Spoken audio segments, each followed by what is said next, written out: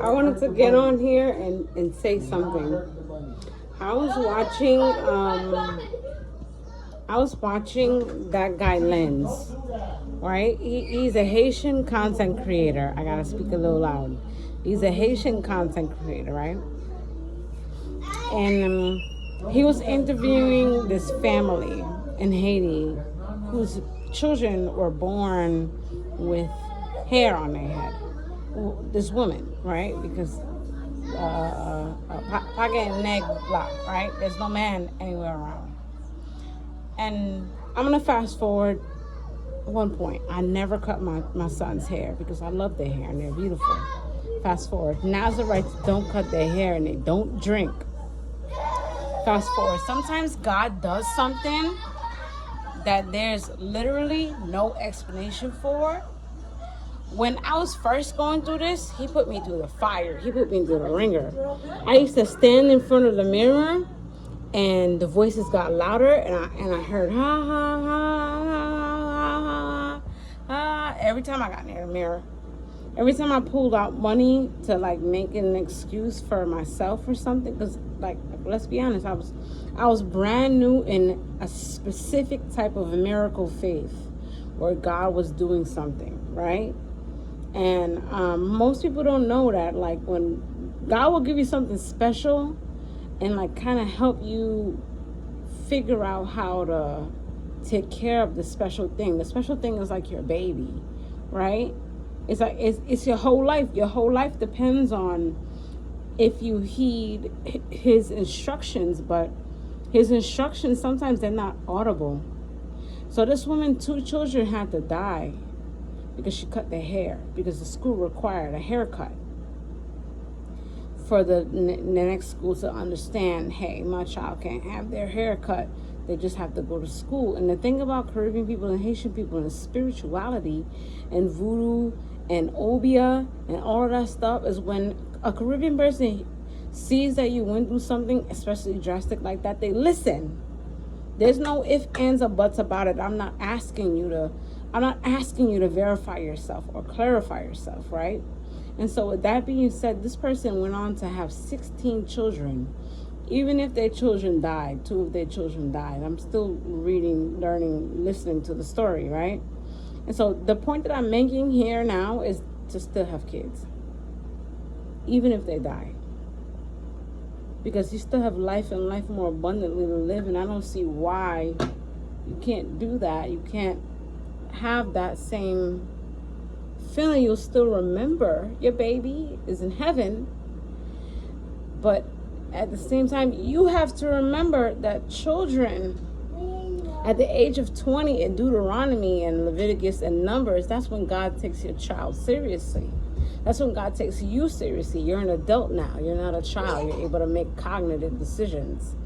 So my this is not necessarily like my advice. This is just my and this is just information for you that babies are in heaven and they're asking how their parents are doing on earth, and God is getting them ready for you to see them one day, and hopefully you see them before the Antichrist comes.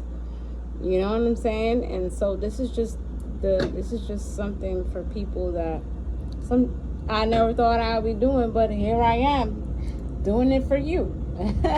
So there you go. You know, rest in peace to the lost souls, man. And you know, it might not be some people. I got different viewpoints on why and how and the reason for losing children.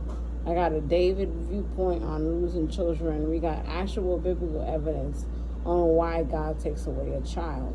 But that's not to say that God won't give you a Solomon unless Solomon rule and lead and be wise. And that's not to say Solomon is going to be perfect. You get the gist of what I'm saying?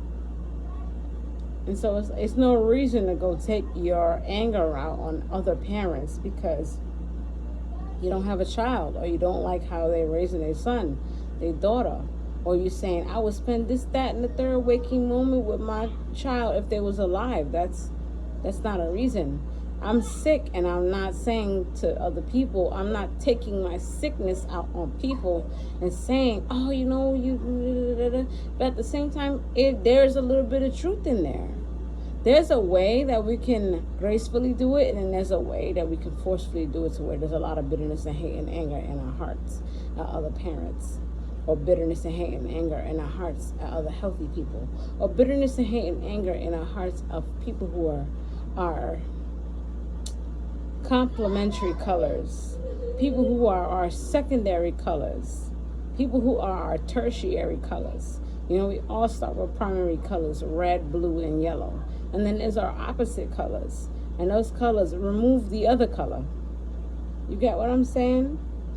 Either or, it removes the other color. So it's like, you were that color. I was red. And nobody can make red on earth.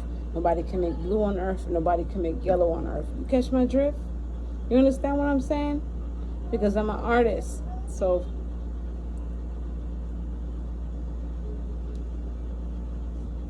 okay? All right?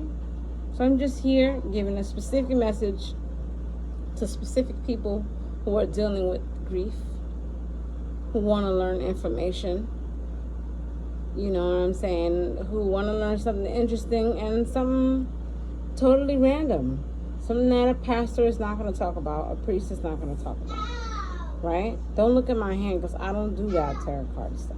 Don't look at my hand. That tarot card shit is bullshit. But yeah, you know, go have that baby. You'll be so much happier for it.